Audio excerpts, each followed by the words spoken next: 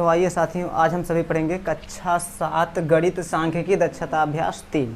ठीक है, तो चलिए क्वेश्चन नंबर पहला देखते हैं कि किसी परीक्षा में एक कक्षा के 15 शिक्षार्थियों के पूर्णांक 100 में से प्राप्तांक निम्नवत है।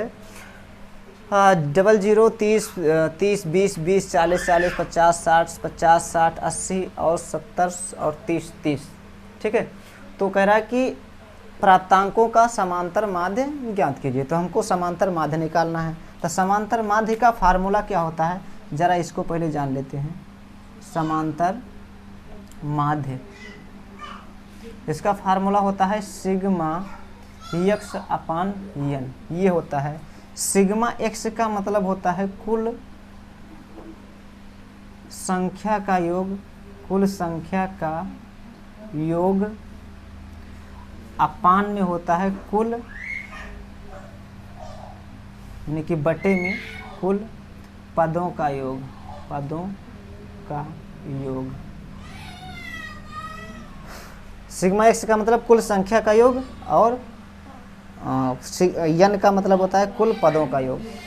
ठीक है, तो चलिए अब इसकी सहायता से, इस फार्मूले की सहायता से हम निकाल लेते हैं। कुल संख्या का योग यानी जितना संख्या इसमें लिखा है पूरे का योग, यानी कि जोड़, यानी कि सभी को हम जोड़ लेंगे। ठीक, तो कितने हो जाएंगे, सभी के पीछे के क्या क्या लिखा है, 0 लिखा है तो हम लिख देंगे 0। फिर संख्याओं को जोड़ लेंगे तो 3, 3, 6, 7, 13, 13, 8 हो गया, 21, 21, 6, 27, 27 और 5 हो गया 32, 32 और 6 38, 5, 43, 3, 46 और 4, 50, 2, 52, 2, 54, 3, 57, 3, 60 हो गया। कितना हो गया, 60। टोटल कितना आ गया, 600 आ गया। ठीक, तो अब हमको यन निकालना है, यानी सिग्मा एक्स को पता कर लिए, कुल संख्या का योग निकाल लिए, कितना आ गया, 600 आ गया। अब हमें क्या निकालना है, कुल पदों का योग। तो कुल पदों का यानी कि 15 शिक्षार्थियाँ दे रखा है, तो 15 यानी कि 15 इतना 15 बच्चे इतना इतना नंबर प्राप्त किए हैं। ठीक है, तो अब चाहे इनको 15 खाली लिख लो यहाँ पे, चाहे सभी पूरे पद को, यानी कितनी बार लिखा है, तो 1, 2, 3, 4, 5, 6, 7, 8, 9, 10, 11, 12, 13, 14, 15, टोटल कितने हैं, 15 हैं। तो 15 पद है। अब इसको नहीं कि 00 यहाँ पे लिखा है तो ये एक पद नहीं है, ये भी है। कोई लड़का 00 नंबर पाया हो तो है, तो परीक्षा में बैठा तो था। तो कितने हो गए टोटल मिला के, 15 हो गए, 15 पद आ गए। ठीक है, अब 15 से भाग दे लो तो 15 1 में 15, अब 15 चौको 60 आ गया, 15 चौको 60 आ गया, 0 वैसे चला गया, कितना आ गया, 40 आ गया। कितना, 40 आपका आंसर आ गया। चलिए क्वेश्चन नंबर अगला देखिए। हाँ, तो क्वेश्चन नंबर दूसरा देखिए, कह रहा है कि 10 बालिकाओं के भार किलोग्राम में क्रमशः 40, 42, 41, 38, 36, 35, 42, 37, 35, 35 किलोग्राम है। इनके भारों का समांतर माध्य ज्ञात कीजिए। समांतर माध्य का फार्मूला होता है सिग्मा एक्स अपान यन। सिग्मा एक्स का मतलब कुल संख्या का योग और यन का मतलब कुल पदों का योग होता है। तो हम संख्याओं का योग निकालेंगे तो 5, 5, 10, 7, 17, 2, 19, 19, 5, 24, 24 और 6, 30, 30 और 8, 38, 38 से 1, 39, 39, 2, 41, 41 के 1 हासिल आ गया, कितना, 4 आ गया। फिर 3, 3, 6, 3, 9, 4, 13, 13, 2, 15, 16, 16, 3, 19, 19, 3, 22, 22 और 4, 26, 26 और 4, 30, 30 और 4, 34, 34 और 4 हो गया आपका, 34 और 4, 38, 381 आ गया। ठीक, और जबकि हमको बालिकाओं के भार किलोग्राम में बताया था ना कि कितने बालिकाओं का, 10। तो पदों का योग हमको निकालोगे 2, 3, 4, 5, 6, 7, 8, 9 और 10। ठीक है, तो बट्टे में लिख देंगे हम 10, भाग लगाएंगे इसमें तो 10 1 में 10, 10 3 हो गया 30, 8 बचा, 8 पे 1 हो गया 81 और 10 8 80 हो गया। ठीक है, 1 बचा, पॉइंट लगाए, 1 पे 0, 10 हो गया, 10 1 में 10 यानी 38.1। यही आपका क्या हो गया, आंसर हो गया। चलिए क्वेश्चन नंबर अगला देखिए। हाँ, तो क्वेश्चन नंबर तीसरा है कि निम्नलिखित सारणी में 50 शिक्षार्थियों का भार किलोग्राम में दिया हुआ है, उनके भार का समांतर माध्य ज्ञात कीजिए। तो सारणी वाला जो समांतर माध्य ज्ञात किया जाता है, इसका फार्मूला होता है, सारणी वाला समांतर माध्य का फार्मूला होता है सिग्मा एफ एक्स अपान सिग्मा एफ होता है। ठीक, तो हम इधर भार लिख दिए हैं, यहाँ पे बारंबारता है, यानी कि कितने बार ये यानी कि भार यहाँ पे लिखा है, सारणी में बना के दे दिया हमको कि 40 है, 42, 43, 44, 45 है, जबकि कितनी बार आया है तो 4 बार, 12 बार, 18 बार और 10 बार, ये 6 बार है। ठीक, तो इनका दोनों का मल्टीप्लाई होता है। ठीक, मल्टीप्लाई करने के बाद हमको सिग्मा एफ एक्स यानी कि इसका योग निकालते हैं तो हमको मिलता है सिग्मा एफ एक्स का यहाँ योग मिलता है और यहाँ सिग्मा एफ का योग मिलता है। ठीक है, तो देखिए एफ एक्स का योग जो समांतर माध्य में दिया है तो एफ एक्स का योग यहाँ पे लिख देंगे हम सिग्मा एफ एक्स का योग और यहाँ पे बटे में सिग्मा एफ। ठीक, तो इनका योग निकालने के बाद तो इसे हमको 50 से छार्थी दे दिया है हमको, तो ये टोटल 50 हो गए। कितने हो गए? 50, चाहे जोड़ लो। ठीक है, 18 10 28 और 6 34, 34 और 12 कितना हो गया? 46, 46 और 4 50 हो गया। टोटल ये 50 हो गया। सिग्मा एफ कितना आ गया? 50। यहाँ पे हमको लिख देना नीचे में 50। इसको जोड़ो, यानी कि यहाँ सिग्मा एफ एक्स का योग कितना होता है? 4 4 8 हो गया, 7 4 11, 11 और 7 18, 18 और 6 18 6 24, 24 के 4 हासिल आ गया, 2 2 4 6, 6 7 13, 13 5 18, 18 1 19, 19 और 2 21 हो गया, यानी कि 2148 आ गया। तो हमको यहाँ पे लिख देना है 2148। ठीक, तो अब इसको काट लो, यानी कि भाग दे लो चाहे, यानी कि 50 से भाग दे दो 2148 में। ठीक है, तो कितना बार जाएगा? लगभग 4 बार लेकर जाओ, यानी कि 50 को 200 हो गया, घटाए तो बच गया कितना? 14 बचा, 8 उतारे कितना हो गया? यानी कि 148, 2 बार पहाड़ा पड़े हो गया 100, 50 दूना में 100, घटाए तो बच गया 48, दशमलव लगाए, 0 बढ़ाए, कितनी बार? 8 9 कितना हो गया? 450 हो गया, घटाए तो कितना बच गया? 30। ठीक, यानी कि 0 में से 0 हो गया 0, 8 में से 3, 5 निकाले 3 हो गया, पॉइंट लगा 0 मिल जाएगा, हो गया 300 और 50 छक्के होता है 300। ठीक, सभी कैंसिल हो गए, यानी कि घट गए। आगे कितना? 42.96। ये समांतर माध्य निकल कर आया, यही आपका क्या हो गया? आंसर हो गया। चलिए नेक्स्ट क्वेश्चन देखिए। चलिए तो क्वेश्चन नंबर 4 देखिए, कह रहा है निम्नलिखित बंटन का समांतर माध्य ज्ञात कीजिए। यानी कि समांतर माध्य दिया, ऊंचाई सेंटीमीटर में दिया कितना? 142.5, ये दिया इतना, यानी कि 143.6, 144.5 सॉरी, और 145.5 और 146.5, 147.5। बारंबारता यानी कि बार बार दिया कितनी? ये 3 बार दिया है, ये 5 बार, ये 7 बार, ये 7 बार, ये 3 बार और ये 2 बार दिया है। ठीक है, तो यानी कि हम पहले क्या निकालेंगे? ऊंचाई निकालेंगे इसका, फिर बारंबारता कितनी बार दिया गया तो यक्स और यफ निकालेंगे। ठीक है, उसके बाद में क्या? इनका बारंबारता का योग निकालेंगे। योग कितना आ रहा है तो हम इसका योग जोड़ेंगे तो हो जाएगा 2 3 5 7 5 12, 12 और 7 हो गया आपका 7 2 19, 19 और 5 24, 24 और 3 27 हो गया आपका, तो यहाँ पे आ गया 27। ठीक है, और जब इसका हमने यानी कि इसका और इसका ऊंचाई और बारंबारता का मल्टीप्लाई करवाएंगे, यानी एफ एक्स का मल्टीप्लाई करवाएंगे, यहाँ लिख के हम करवा दिए पहले से ही, तो इसका योग कितना आ गया? 3909.6 इतना आ गया। ठीक, उसके बाद में हम कितना यहाँ पे लिख देंगे, यानी कि सिग्मा एफ एक्स अपान में सिग्मा एफ आया। ठीक, तो 3909.6 आया और यहाँ पे बटे में 27, इसका भाग दे दो 3909.6 का, किससे? 27 से भाग दे दो, एक बार लेकर के आ गया 27, घटाने के बाद आ गया 2 और 1 12 बचे, 0 उतारे, 4 बार चलाए तो हो गया 4 7 28, 4 दूनी 8 और 2 10, 108 आ गया, घटाए तो 2, यहाँ पे 1 12 फिर बच गया, अगली संख्या उतार लिए 9, फिर 4 बार लेकर गए तो फिर आ गया 108 आ गया। ठीक, घटाने के बाद यहाँ बचा 1 और यहाँ 2 21 बचा, अगली संख्या 6 उतारे, 8 बार लेकर गए, हो गया 216, यानी कि 27 8 216 होता है, या ये हो गया, घट गया, कैंसिल हो गया, आ गया 100, यहाँ पे दशमलव एक संख्या बाद था तो दशमलव एक संख्या बाद हम लगा देंगे 144.8, यही आपका क्या हो गया? आंसर हो गया। चलिए क्वेश्चन नंबर अगला देखिए।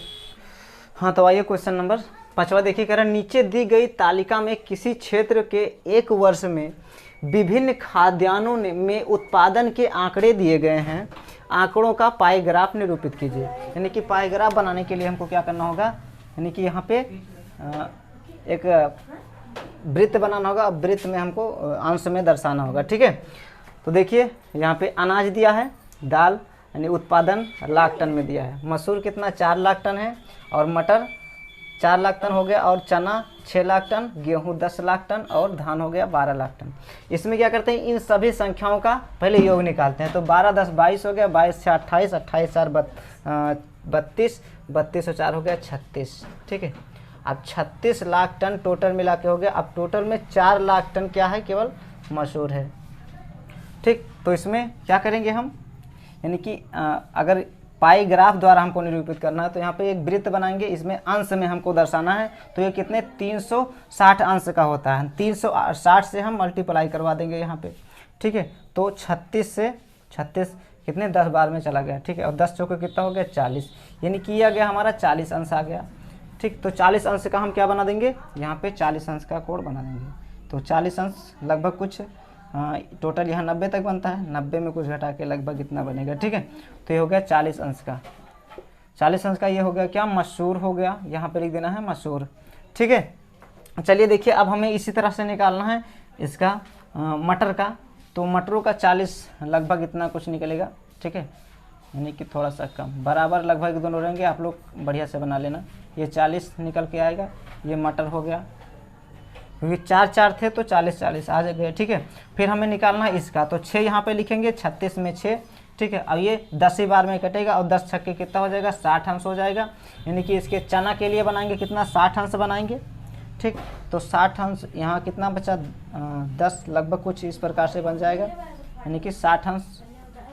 ठीक है, 60 अंश यहाँ पे लिख देना हमको क्या है, चना, यहाँ पे चना लिख देना है। गेहूँ, गेहूँ कितना है 10 है, यहाँ पे 10 लिख देंगे हम। ठीक है, तो 36 से कम 36, और 36 दहम्मा 360 होता है, और 10 दहम्मा 100, यानी कि हो गया 100 अंश। 100 अंश आ गया। ठीक है, तो 100 अंश लगभग इस प्रकार से यहाँ पे बना लो 100 अंश। ये हो गया आपका गेहूँ, यहाँ पे लिख देना है गेहूँ। ठीक है, और धान देखिए, धान कितना है 12, तो यहाँ पे हम 12 लिख देंगे। 36 से कम 36, 36 दहम्मा हो जाएगा 360, और गुणा करवा देंगे तो 12 दहम्मा हो गया 120। 120 अंश का ये आया, तो यहाँ पे लगभग 120 अंश ही बचा। यहाँ पे लिख देंगे हम 120 अंश क्या है, धान, तो यहाँ पे लिख देंगे हम धान। ठीक, तो इस प्रकार से सभी आपके आंसर हो गए। पाई चार्ट यानी कि पाई ग्राफ बन के तैयार हो गया। इस प्रकार से आपका आंसर हो गया। चलिए क्वेश्चन नंबर अगला देखिए। हाँ, तो क्वेश्चन नंबर 6 देखिए, कह रहा रविवार के दिन किसी बेकरी की दुकान में हुई विभिन्न वस्तुओं की बिक्री रुपयों में नीचे दी गई है। कह रहा केंद्रीय कोड ज्ञात करके सारणी बनाइए और इस सारणी का प्रयोग करके एक पाई चार्ट खींचिए। तो हमको यहाँ पे सबसे पहले केंद्रीय कोड ज्ञात करना है। तो केंद्रीय कोड यहाँ पे बीच में, अगर प्रकार से दूरी भरे कोई एक वृत्त बनाए, उसमें जहाँ पे प्रकार रखे इस प्रकार से चारों तरफ घुमाएं, तो वही जहाँ पे प्रकार की नोक थी वही केंद्रीय कोण हो गया। ठीक है, तो यहाँ पे यानी कि कितने अंश का टोटल बनाता है, 360 डिग्री का कोण बनाता है। कितने का, 360 अंश पे घूमता है। ठीक है, तो हमें क्या करना है, जो बिक्री दी गई है इसका हमें पाई चार्ट खींच के अंश में दिखाना है। ठीक है, तो देखिए यानी कि टोटल पहले इसको कर लो, टोटल कितने की बिक्री हुई। तो टोटल बिक्री निकाल लो, तो 0 0 कितना हो गया 0, 4 8 4 12 6 18 18 2 20 2 22 के 2 हंसिलाई 2 आ गया, और 1 और 1 2 और 3 5 हो गया, और 2 हंसी मिला के 7 हो गया। ठीक है, कितना आ गया 720। तो हम लिख देंगे यहाँ पे 720। टोटल कितने की बिक्री हुई बेकरी में, 720 की बिक्री हुई। और क्या क्या बिका तो उसको देख लेते हैं। यानी कि ब्रेड 320 रुपया का बिक्री हुआ, मीठा बिस्किट 120 का, नमकीन बिस्किट 160 रुपया का, पेस्ट्री 80 रुपया का, और अन्य जो है 40 रुपया का बिक्री हुआ। टोटल मिला के हम यहाँ पे 720 रुपया कर दिए। तो एक चीज़ यानी कि बिक्री ब्रेड की कितनी हुई 320, तो यहाँ पे 720 में से कितना 320 रुपया का सिर्फ ब्रेड की बिक्री हुआ। ठीक है, तो इसका हमें अगर सारणी बनाना है तो क्या करेंगे, टोटल 360 डिग्री का कोण बनाए, इसमें 360 से हम क्या कर देंगे, गुणा लगा देंगे। अगर परसेंटेज निकालना होता तो हम 100 से गुणा लगाते और हमें केंद्रीय कोण ज्ञात करके एक सारणी बनाना है। तो क्या करेंगे, 360 से हम मल्टीप्लाई लगाएंगे, किससे, 360 से लगा देंगे। ठीक है, 0 से काट दिए, 0 कट गया। 36 एक्का में 36 और 36 दूना 72। 2 से काटे तो कितना आ गया, 2 एक्का में 2, 1 बचा, 1 पे 2 12 हो गया, 2 छक्के 12 और 0 चला गया वैसे। ठीक है, तो कितना आ गया, 160 आ गया। यहाँ पे लिख दो 160 अंश, 160 अंश। ठीक, तो 160 अंश का अगर हमें यहाँ पे केंद्रीय कोण याद करके यानी कि सारणी बनाना है, सारणी में हमको दिखाना है तो कितना हो जाएगा, 160 दिखाना है। तो यहाँ तक सीधा इधर जाएगा 90 हो जाएगा, यानी कि हमको बनाना है 160। तो कुछ इस प्रकार से आपका बन जाएगा। आप लोग चांदे की सहायता से नाप के और बनाएंगे, कितने का, 160 अंश का कोण बनेगा। और क्या लिख देंगे इसमें, ब्रेड, किसकी बिक्री हुई, तो ब्रेड की, यहाँ पे लिख देंगे हम ब्रेड।